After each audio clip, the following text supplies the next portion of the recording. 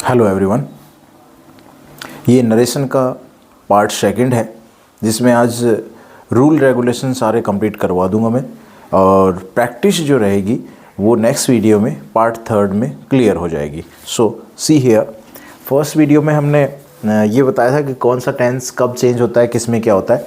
आज हम कवर करेंगे, एक तो चेंज इन प्रोनाउन कवर करेंगे कि प्रोनाउन में क्या क्या चेंज होता है, कैसे चेंज होता है, उसकी बात करेंगे। और दूसरा चेंज बात करेंगे हम कि कब हम जो है इसके जो कनेक्टिव हैं, कनेक्टिव किस कंडीशन में कौन से कनेक्टिव लगाते हैं, और शेड टू को हम किस कंडीशन में जो है टोल्ड में या फिर आस्क्ड में या फिर ऑर्डर्ड में इस प्रकार से ये चेंज करते हैं। ये वाली चीज़ हम लेके चलेंगे आज। Is it clear? सो पहले इधर चेंज इन प्रोनाउन देखें। चेंज इन प्रोनाउन में क्या होता है, फर्स्ट ये जो आपका रिपोर्टिंग वर्ब है और रिपोर्टेड स्पीच है, तो रिपोर्टेड स्पीच के प्रोनाउन चेंज होते हैं रिपोर्टिंग वर्ब के अकॉर्डिंग। रिपोर्टेड स्पीच वाले पार्ट में सब्जेक्ट में, ऑब्जेक्ट में या फिर पॉजेसिव केस में किसी में भी अगर फर्स्ट पर्सन है, फर्स्ट पर्सन मतलब आई और वी, आई और वी का मतलब सिर्फ आई और वी नहीं है, आई का कोई भी पार्ट है, कोई भी उस फैमिली का सदस्य है, आई का मी हो गया, माई हो गया, माइन हो गया, इस प्रकार से कोई भी है तो वो चेंज होगा किसके अकॉर्डिंग, अभी बता रहा हूँ। वैसे ही वी का है, पूरे फैमिली का सदस्य है, वो प्रोनाउन की टेबल में बता दूंगा, अगर आपको ज़रूरत हो तो एक नेक्स्ट प्रैक्टिस वाली वीडियो में प्रोनाउन की टेबल भी बता दी जाएगी। तो आई और वी की पूरी फैमिली का कोई भी सदस्य है तो इसके रिपोर्टिंग वर्ब के सब्जेक्ट के अकॉर्डिंग चेंज होगा। सब्जेक्ट जैसे यहाँ पे ही है तो आई अगर है तो ही हो जाएगा, और अगर यहाँ पे आई का मी है तो ही के अकॉर्डिंग हिम हो जाएगा। क्लियर? वैसे ही वी का है, दोनों ही चीज़ें आई और वी सब्जेक्ट के अकॉर्डिंग चेंज होगी। यहाँ पे जो सब्जेक्ट होगा उसके ऊपर मैटर करेगी। अगर रिपोर्टेड स्पीच में सेकंड पर्सन है, सब्जेक्ट की जगह पे हो, ऑब्जेक्ट की जगह पे हो या फिर पॉजेसिव हो, कहने का मतलब second person in the sense you की फैमिली का कोई भी मेंबर है तो रिपोर्टिंग वर्ब के ऑब्जेक्ट के अकॉर्डिंग चेंज होगा। फॉर एग्जांपल, यहाँ पे आपका यूअर है और यहाँ पे मी है, तो वहाँ पे चेंज जब करेंगे तो यूअर की जगह मी के अकॉर्डिंग मी की फैमिली का क्या बन जाएगा, माई बन जाएगा, तो यहाँ पे यूअर का माई बनेगा। अगर यहाँ पे यू है तो यहाँ मी है, तो मी अगर ऑब्जेक्ट की जगह पे तो मी हो जाएगा, सब्जेक्ट की जगह पे तो मी का आई हो जाएगा। ये चेंजेस मतलब कहने का मतलब सेकंड पर्सन चेंज होगा आपके रिपोर्टिंग वर्ब के ऑब्जेक्ट के अकॉर्डिंग। फिर बात करते हैं थर्ड पर्सन। ये अपना थर्ड पर्सन है। थर्ड पर्सन मतलब ही, सी, इट, दे हो गए। इस थर्ड पर्सन में नो चेंज, कोई चेंज नहीं आता, third person as it is रहता है। सिंपल है, प्रोनाउन के रूल में आप कंफ्यूज नहीं हो कभी भी। प्रोनाउन का सिंपल सा रूल है, अगर आई वी की फैमिली का कोई भी सदस्य है, वो प्रोनाउन की टेबल आपने पढ़ी होगी अच्छे से, नहीं आता तो फिर से कवर कर लेंगे, मतलब प्रैक्टिस वाला जो वीडियो रहेगा उसमें प्रोनाउन की टेबल भी मैं कवर करवा दूंगा। आई की फैमिली वाला कोई भी सदस्य है, वी की फैमिली वाला कोई भी सदस्य है, वो रिपोर्टिंग वर्ब के सब्जेक्ट के अकॉर्डिंग चेंज होगा। अगर सेकंड पर्सन आता है मतलब यू आता है तो वो ऑब्जेक्ट के अकॉर्डिंग चेंज होगा। किसके ऑब्जेक्ट? रिपोर्टिंग वर्ब के ऑब्जेक्ट। ये जरूर ध्यान रखना है, रिपोर्टिंग वर्ब कौन सा पार्ट है, रिपोर्टेड स्पीच कौन सा पार्ट है, ये आपके दिमाग में आपको जरूर रखना पड़ेगा, तभी ये क्लियर चीज़ें हो पाएंगी। अगर आपका थर्ड पर्सन आ गया तो थर्ड पर्सन में कोई चेंज नहीं आएगा, no change as it is रहेगा। ये था आपका प्रोनाउन चेंज।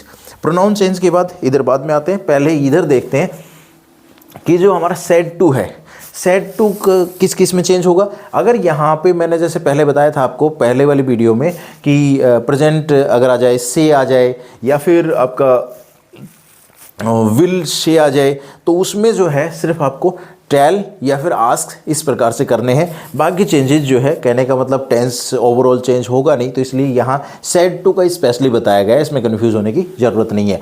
अगर यहाँ पे सेड टू है तो उस कंडीशन में ये वर्ड होंगे, लेकिन ये वर्ड होंगे कब, ये इधर चलेंगे पहले आप। अगर आपका सेंटेंस पॉजिटिव है या फिर नेगेटिव है, पॉजिटिव सेंटेंस जो नॉर्मल सेंटेंस होता है जैसे he is learning English, he will teach you, इस प्रकार से नॉर्मल सेंटेंस है। नेगेटिव सेंटेंस है they will not come here, इस प्रकार से नेगेटिव सेंटेंस होगा। उन दोनों ही कंडीशन में जो कनेक्टिव है यहाँ पे वो हो जाएगा आपका दैट। दैट कनेक्टिव पॉजिटिव और नेगेटिव के सेंटेंस में, और सेड टू बन जाएगा आपका टोल्ड, सेड टू बन जाएगा टोल्ड। वैसे ही अगर हेल्पिंग वर्ब से क्वेश्चन स्टार्ट होता है, क्वेश्चन दो होते हैं हमारे, एक हेल्पिंग वर्ब से स्टार्ट होने वाले, एक डब्ल्यू फैमिली से स्टार्ट होने वाला, तो इनका दोनों का रूल अलग है। हेल्पिंग ऑफ से अगर क्वेश्चन स्टार्ट हो रहा है तो उसमें इफ़ या वेदर से हम कनेक्टिव के रूप में इफ़ या वेदर इनमें से कोई भी लगा सकते हैं। और अगर अपने पास किसी प्रकार से उसमें ऑप्शन में दे रखा है तो उसके अकॉर्डिंग ऑप्शन देखना होगा, दोनों में से कोई भी, दोनों ही सही हैं यहाँ पे हेल्पिंग ऑफ वाले क्वेश्चन में। और यहाँ पे शेड टू की जगह आस्क्ड हो जाएगा इसमें हेल्पिंग ऑफ वाले में। WH फैमिली में खुद WH फैमिली आ जाती है, WH फैमिली खुद कनेक्टिव हो जाती है। WH फैमिली का मतलब होता है वेयर, वोट, वाई, इस प्रकार से, तो वो खुद कनेक्टिव हो जाती हैं। उसके बाद यहाँ सेड टू का आस्क्ड हो जाता है। एक चीज़ और बताना चाहूँगा इन दोनों में कि जैसे ही आपने इफ़ या वेदर लगाया या फिर WH फैमिली लगाया, उसके जस्ट बाद आपको हेल्पिंग ऑफ नहीं लगानी, सेंटेंस को नॉर्मल बना देना है। Is it clear? सेंटेंस को आपको नॉर्मल बना देना है, क्वेश्चन नहीं रखना। फिर अगर इंपेरेटिव सेंटेंस की बात करें, जो पैसिव के साथ मैंने पूरा इंपेरेटिव सेंटेंस बताया था, अगर आपको सीखना तो पैसिव वाला पार्ट देखोगे, वहाँ पे आपको मिल जाएगा। कनेक्टिव आपका यहाँ पे टू आएगा, यहाँ पे ऑर्डर्ड, रिक्वेस्टेड, सजेस्टेड या फिर फॉरवर्ड, ये नेगेटिव सेंस में आता है। जब नेगेटिव सेंटेंस देना होता है फॉरवर्ड देना होता है, फॉरवर्ड लगा के भी कर सकते हैं, चारों में से कोई भी आ सकता है इंपेरेटिव सेंटेंस में। वहीं पे एक्सक्लेमेटरी सेंटेंस की बात करें तो वहाँ पे कनेक्टिव वर्ड रहेगा दैट, और इसमें रहेगा अगर कोई दुख वाली बात होती है एक्सक्लेमेटरी सेंटेंस में तो उस कंडीशन में एक्सक्लेम्ड विद सोरो होगा। अगर जॉय की बात होती है, जॉय इन द सेंस जैसे तुम बोलो कि oh wow I have passed in 12th exam या फिर I have passed in 10th exam, इस प्रकार से, तब होगा एक्सक्लेम्ड विद जॉय। क्लियर? अब हम बात कर रहे हैं लेट वाले सेंटेंस। लेट वाले सेंटेंस होते हैं late plus object plus verb first, इस प्रकार से आते हैं। तो वैसे सेंटेंस के लिए नॉर्मली, वैसे तो इसमें कई वैरायटी है लेकिन नॉर्मल एक सेंटेंस बता रहा हूँ, लेट वाले में कनेक्टिव दैट लगता है और यहाँ पे सजेशन दिया जाता है, इसलिए सजेस्टेड हो जाता है। क्लियर? ये आगे वाला सेंटेंस शुड से भी बनता है, कई फॉर्मेट इसमें है, नॉर्मल एक फॉर्मेट यहाँ पे बताया गया है, बाकी सेंटेंस के थ्रू कवर कर दिया जाएगा। ये आपके हो गए कनेक्टिव, ये आपके हो गए सेट टू किस किस में बदलता है वो हो गए। इसके अलावा एक चेंज और है यहाँ पे आपके पास, वो इधर देख सकते हैं, ये ऑलवेज, ये ऐसे चेंज हैं जो हमेशा होंगे ही होंगे। इधर वाला जो आपका रिपोर्टिंग वर्ब किसी भी टेंस में हो, ये सारे के सारे चेंजेस होंगे ही होंगे। Is it clear? मतलब इनमें ये नहीं है वो जो पहले वाली वीडियो में बताया था कि टेंस इस कंडीशन में चेंज होगा, इस कंडीशन में चेंज नहीं होगा, तो यहाँ पे वैसा नहीं है।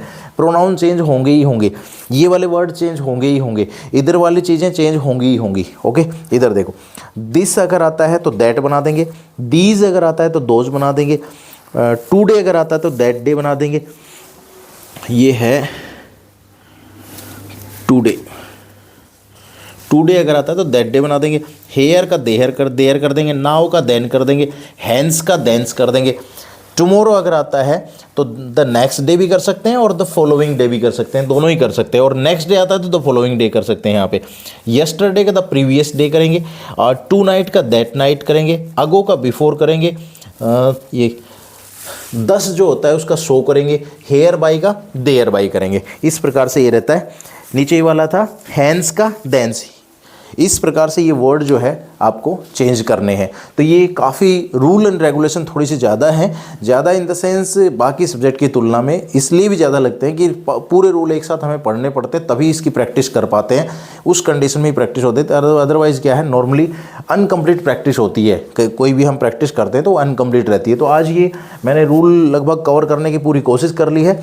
अगले जो पार्ट रहेगा, थर्ड पार्ट रहेगा, उसमें स्पेशल फोकस किया जाएगा आपके सेंटेंस की प्रैक्टिस के ऊपर।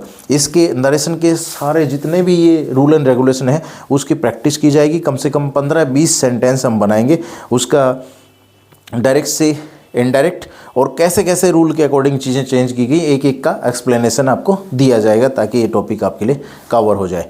Thank you.